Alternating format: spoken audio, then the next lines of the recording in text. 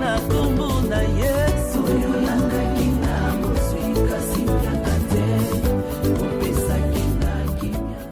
Bonjour la famille et bienvenue dans ce nouveau numéro de Jésus est fameux. Merci d'accorder de votre temps pour suivre ce que nous avons à partager avec vous en ce jour.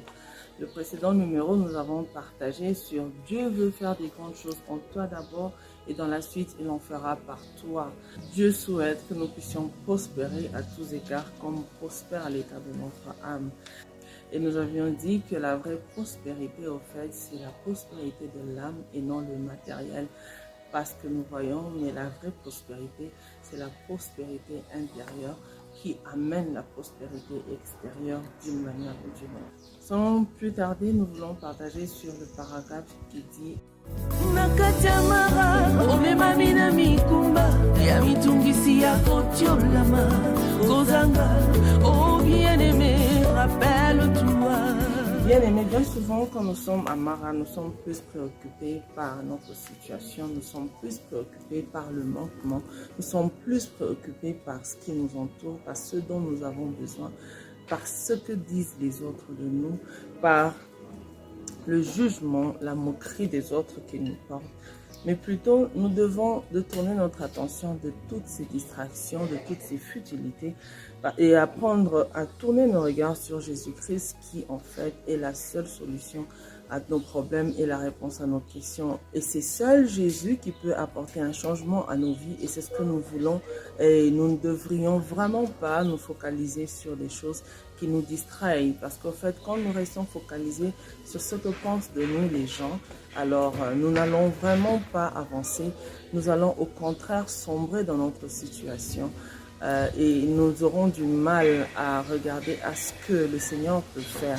Nous avons voulu dans cette chanson nous exhorter à détourner nos regards sur tout ce qui nous distrait, sur tout ce qui nous empêche de poser nos regards sur Jésus-Christ, afin de rester figés sur Jésus. Que pense Jésus? Que dit Jésus de ce que je traverse? Que pense-t-il réellement?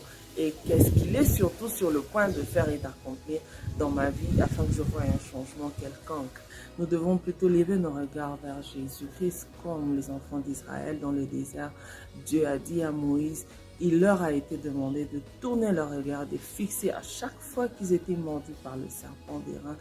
Dieu a dit à Moïse de dire à son peuple de jeter et de fixer leur regard vers le serpent d'airain, pas sur la blessure, parce que ceux qui regardaient à leur blessure périssaient. Nous, il nous est demandé en tant que chrétiens aussi bien-aimés de fixer nos regards sur Jésus, la guérison, la solution miracle pour sortir de nos situations et non de rester figés sur nos plaies, parce que quand nous sommes concentrés sur la misère peut-être qui nous entoure, sur la détresse que nous avons, les problèmes, les situations que nous avons, ça nous encombre, ça nous enterre. Ça pèse sur nous. Bien au contraire, l'attitude que nous devrions avoir, c'est celle où nous apportons nos problèmes au bas de la croix, nous les emmenons vers Jésus-Christ. La Bible nous dit dans le psaume 55, le verset 23, la Bible dit « Remets ton sort à l'Éternel et il te soutiendra. Il ne laissera jamais, jamais chanceler le juste. » Mais c'est plutôt le temps où nous devons nous rappeler de cette promesse aussi qui est dans Matthieu 11, 28 à 30 et qui nous demande de nous décharger puisque nous ne pouvons pas nous approprier des problèmes ou des difficultés par lesquelles nous traversons, bien-aimés. En fait, ça ne nous appartient pas. Les circonstances, comme nous avions précédemment partagé, sont des outils dont le Seigneur se sert pour amener les miracles et les changements dans nos vies.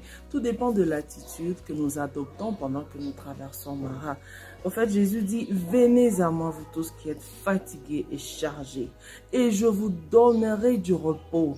Prenez mon joug sur vous et recevez mes instructions. Prenez mon joug sur vous et recevez mes instructions, car je suis doux et humble de cœur, et je vous donnerai du repos à vos âmes, car mon joug est doux et mon fardeau est léger. En lisant ces écritures, nous comprenons donc que quand nous traversons Mara, nous devons aller vers Jésus. Nous devons nous approcher de Christ avec nos fardeaux. La Bible ne nous demande pas d'aller loin de Christ, mais très souvent, qu'est-ce que nous faisons? Nous restons focalisés sur le problème lui-même. Mais au fait, le problème, c'est une occasion pour nous de nous approcher vers le Seigneur Jésus-Christ. C'est au fait un appel qui nous est lancé par le Christ dans toutes les circonstances que nous traversons. Nous devons courir, aller vers Jésus-Christ. Nous devons aller vers Jésus-Christ. Comment? Par la prière, par le jeûne, par des prières et des supplications, afin de voir l'intervention du Christ dans nos vies, au fait, afin que nous soyons transformés et être préparés à recevoir le miracle. Parce qu'en fait, notre prière ne change pas la position du Christ. Christ est aimant, il aime. De nuit comme de jour, d'éternité en éternité, la Bible nous dit qu'il est le même. Mais au contraire, la prière, quand je vais dans la prière me change moi. Elle change mon cœur, elle change mes circonstances. Elle ne change pas le Christ. Le Christ, il est disposé et tout ce qu'il désire, c'est de nous faire du bien. La Bible me dit d'aller vers Jésus. Jésus dit, venez à moi, vous tous qui êtes fatigués et chargés, et je vous donnerai.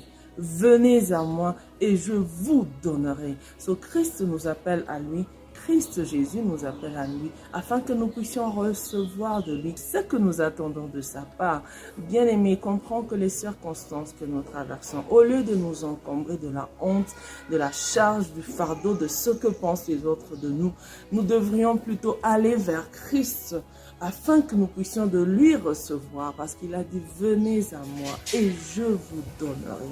Quitte à nous d'aller et de recevoir de sa main, parce qu'il ne fait exception de personne. Mais il ne s'arrête pas là. Il nous demande de prendre son joug et non nos inquiétudes, notre honte. Nous sommes plus conscients de nos problèmes que de la présence de Christ dans nos vies. Déposez, déchargez-vous de vos fardeaux. Au fait, encore là, ce que je voudrais partager avec toi, bien-aimé, c'est qu'il y a un échange qui se passe.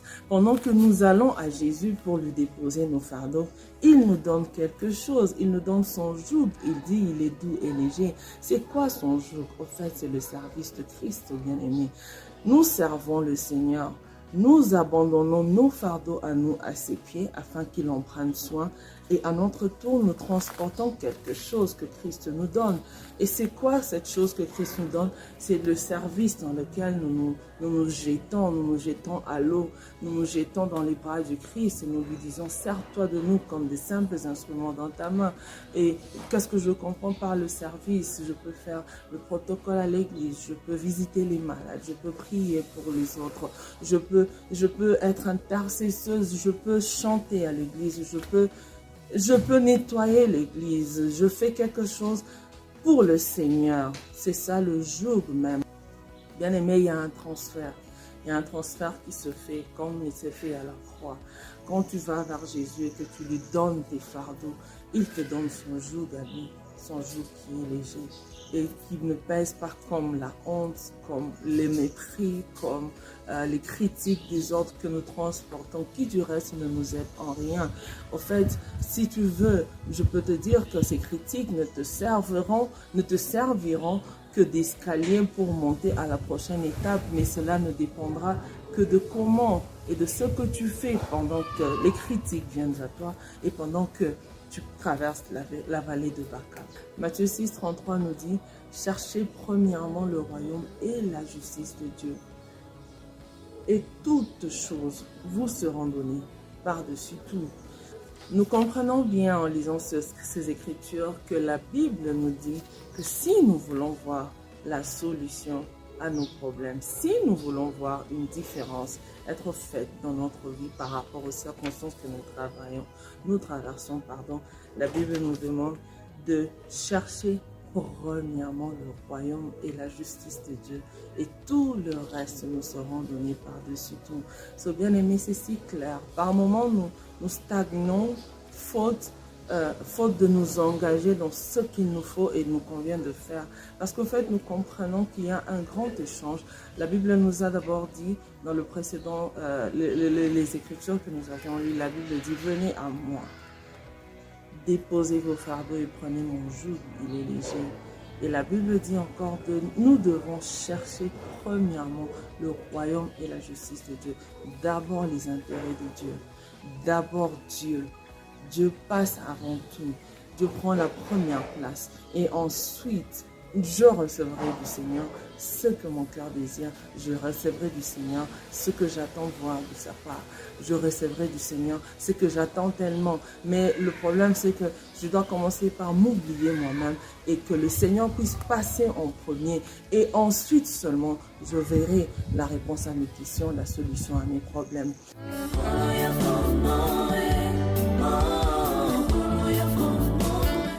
Bonjour la famille, nous venons vous informer que nous venons juste de publier notre tout premier album et qu'il est disponible sur toutes les plateformes de téléchargement. Nous vous le recommandons vivement pour l'écouter, le partager et certainement que vous allez l'aimer et qu'il vous bénira.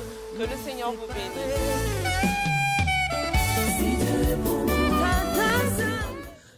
Allez et faites de toutes les nations mes disciples, les baptisant au nom du Père, du Fils et du Saint-Esprit. C'est ce que nous appelons l'ordre divin. Mais que faisons-nous, bien-aimés? Quelle est ta part de contribution à ce que l'évangile de Christ soit prêché de par le monde? Quelle est ta part de contribution? Qu'est-ce que tu fais, qu'est-ce que je fais afin que le monde soit sauvé? Parce que cet ordre n'a pas été donné à un seul, à nous tous qui sommes sauvés et qui avons reçu Christ dans nos vies. Et ce pouvoir, qu'est-ce que nous en faisons? Il nous a donné le pouvoir de devenir enfants de Dieu, comme la Bible nous le dit. Mais que fais-tu? Qu'est-ce que je fais de ce pouvoir qui m'a été légué par Christ? La Bible dit que j'ai pour mission d'amener des âmes en Christ. Sers-tu Dieu avec ton temps, ton talent et ton trésor? Lequel des trois tu utilises pour l'avancement du royaume des cieux? Bien-aimés, vois-tu, nous ne sommes qu'en mission. En fait, nous sommes ici pour accomplir des desseins éternels. Nous sommes ici pour sauver un plus grand nombre, comme la Bible dit. Il leur dit, la moisson est grande, mais il y a très peu d'ouvriers. Prions donc le maître de la moisson d'envoyer des ouvriers dans sa maison. Tu peux bien te demander où commencer. On commence où on se trouve, au bureau, parler de Jésus à un ami, dans la famille, la personne qui ne connaît pas le Christ. Nous devrions d'abord, avant même de lui parler, nos vies d'abord doivent montrer Christ. Christ est mieux prêché quand on le voit en nous, pas seulement quand on le dit. Christ en nous sera vu et les gens vers qui nous irons parler de Christ suivront le Christ que nous demanderons par nos habitudes, par nos manières, par notre langage, par notre manière de nous comporter, par notre manière de considérer, par notre manière de pardonner, par notre manière de vivre dans la société. Vivons Christ. Et quand nous parlerons de Christ, ça aura un plus grand impact parce que nous sommes en mission, bien-aimés. Nous sommes en mission sur cette terre pour sauver un plus grand nombre. Comme la Bible dit que cette bonne nouvelle du royaume sera prêchée dans le monde entier pour servir de témoignage à toutes les nations, alors viendra la fin. Nous savons donc et nous voyons bien sûr autour de nous beaucoup de signes qui prouvent que nous sommes vers la fin. Mettons-nous donc au travail et évitons tout ce qui autour de nous peut causer une quelconque distraction, nous empêchant donc à nous mettre au travail. Oui, nous avons besoin d'avoir du succès dans nos entreprises, nous avons besoin de voir des choses que nous espérons. Mais bien aimé, aujourd'hui je voudrais te dire que la clé au succès de ce que tu attends, ça dépend de ton implication. Savons-nous que l'âme de ceux qui nous entourent nous seront redemandées parce que nous avons en nous la solution, nous avons en nous ce dont ils ont besoin.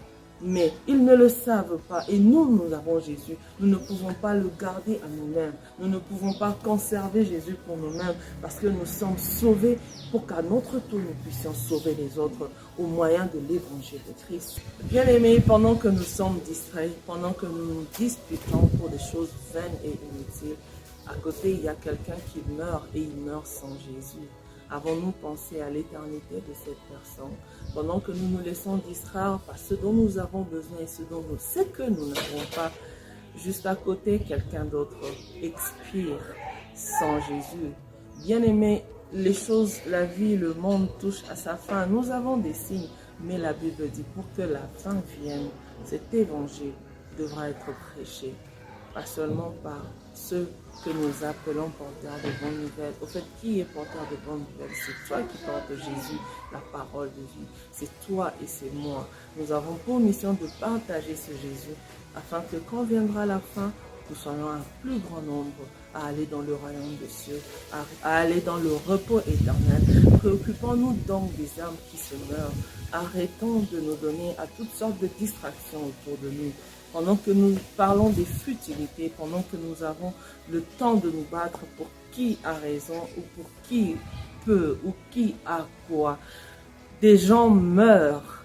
Et nous voyons avec cette pandémie du coronavirus comment les âmes, les familles ont besoin de l'évangile. Nous avons besoin de Christ. Chrétiens que nous sommes, nous devons nous lever et apporter et porter la lumière, la mettre au-dessus sur la table. Personne ne peut porter une lumière et la mettre en dessous de la table. Que Christ Jésus soit vu en nous, que ta vie parle de Jésus-Christ avant que tes paroles ne puissent parler de Jésus-Christ. Que de fois nous le faisons à notre manière que de le faire à la manière de Dieu. Quand le Seigneur nous demande de prendre son joug, il nous dit « Recevez mes instructions ». Oh, que de fois nous le faisons à notre manière. Que de fois nous ne tenons pas compte de comment est-ce que la Bible nous demande de le faire. Bien aimé, la vie chrétienne reste une vie de sanctification, une vie de sainteté. La Bible dit que sans la sanctification, personne ne verra Christ. Personne ne verra Dieu. Bien aimé, ne soyons pas comme ceux de ces chrétiens qui sont un pied dedans, un pied dehors. Ou nous sommes chrétiens ou nous ne le sommes pas. C'est ce que le Christ nous demande. Jésus-Christ n'est pas allé à moitié à la croix. Jésus-Christ n'est pas venu à moitié sur terre. Il était pleinement humain, il était pleinement Dieu. Il est sérieusement mort. On l'a réellement enterré et il est réellement ressuscité. Sur la victoire qu'il nous accorde n'est pas un jeu. Et regardons quel sacrifice Jésus a fait afin que nous soyons sauvés, afin que nous soyons transformés. Il l'a fait dans nos vies, afin qu'à notre tour, nous puissions aller et faire de toutes les nations les disciples. Jésus-Christ nous dit que puisque nous croyons en lui, nous avons le pouvoir et nous pouvons faire ce qu'il a fait et même bien plus, bien aimé. Jésus ne n'a pas limité la capacité de ce que nous pouvons accomplir sur cette terre des hommes. Qui sait si c'est toi qui as la grâce de sauver le plus d'âmes dans ce monde, bien-aimé. Et pendant que tu dors, combien meurent que tu n'as pas atteint pour Christ. Ne vous conformez pas au siècle présent, mais soyez transformés par le renouvellement de l'intelligence. Discernez quelle est la volonté de Dieu, ce qui est bon, agréable et parfait. Donc, enfants de Dieu bien-aimés, nous sommes appelés à faire une seule chose, c'est d'accomplir la volonté de Dieu, pas la nôtre. L'Écriture nous demande d'aller vers Christ, de lui donner nos fardeaux, de prendre son joug à lui, il est léger, et de recevoir ses instructions. Nous ne sommes pas chrétiens à notre propre manière, nous sommes chrétiens à l'exemple de Christ. Qu'a fait Christ? Qu'a dit Christ? Comment Christ s'est comporté? Au lieu de transporter notre honte, transportons Christ. Au lieu de transporter ce que disent de nous les autres, ce n'est vraiment pas important. Ce que les autres disent ne les engage que eux. Mais qu'est-ce que Christ dit de toi? À qui appartiens-tu? D'où es-tu venu et où es-tu en train d'aller? Ce sont là les questions qui peuvent nous aider à garder notre focus sur Jésus-Christ lui-même. Garder notre regard. Fixer nos regards sur Christ Jésus lui-même, parce qu'il est la seule raison pour laquelle nous vivons. Bien-aimé, tu t'étais peut-être éloigné de Christ. Je voudrais te dire quelque chose, il ne te condamne pas. Christ te rappelle à lui, reviens à lui. Il t'aime de tout son cœur. Bien-aimé, pour toi qui ne connais pas le Christ, tu t'encombres des situations qui t'entourent, tu t'encombres des questions, des problèmes. C'est peut-être une maladie, mais laisse-moi te dire que Jésus-Christ est la seule solution dont tu as besoin. Et aujourd'hui encore, il t'appelle à lui. Il t'aime de tout son cœur. Il veut te recevoir dans sa grande famille afin que toi aussi, tu sois celui qui va amener dans la famille de Dieu des âmes qui se perdent. Bien-aimé, je voudrais prier avec toi, qui voudrait te donner un Jésus-Christ aujourd'hui. Bien-aimé, Jésus-Christ est le chemin, la vérité et la vie. Nul ne peut aller au Père sinon que par Jésus-Christ. Il est la seule porte qui nous conduit à la bergerie. Alors je voudrais que tu puisses prier avec moi, bien-aimé. Si cela est ta prière, si tu veux remettre ta vie au bon soin de Jésus, et si tu penses que tu veux faire partie de la famille de Dieu, prie avec moi, je te prie. Seigneur Jésus-Christ, merci de m'aimer tel que je suis. Je te prie de pardonner mes iniquités. Lave-moi de tout péché et de toute saleté. Purifie-moi dans le sang de Jésus-Christ et je serai blanc, plus blanc que la neige. Merci de pardonner mes péchés. Merci de m'aimer. Merci de me purifier et de m'accepter dans la famille des enfants de Dieu. Au nom puissant de Jésus-Christ, j'appartiens à Christ. Ma vie est cachée en Christ, en Dieu, dans les lieux célestes. Bien-aimé, bienvenue dans la famille de Jésus-Christ, bienvenue dans la famille de Dieu, où Jésus est le premier-né d'entre tous. C'était pour nous un réel plaisir que de vous conduire à Christ. Bien-aimé, une fois dans la famille de Dieu, trouve-toi une église vivante qui partage, qui lit la Bible, les Saintes Écritures, afin que tu puisses grandir dans la connaissance de ce Jésus dont nous parlons tous les jours, qui est, qui était et qui vient. Que le Seigneur vous bénisse. Merci de nous avoir suivis. Na kombo na Yesu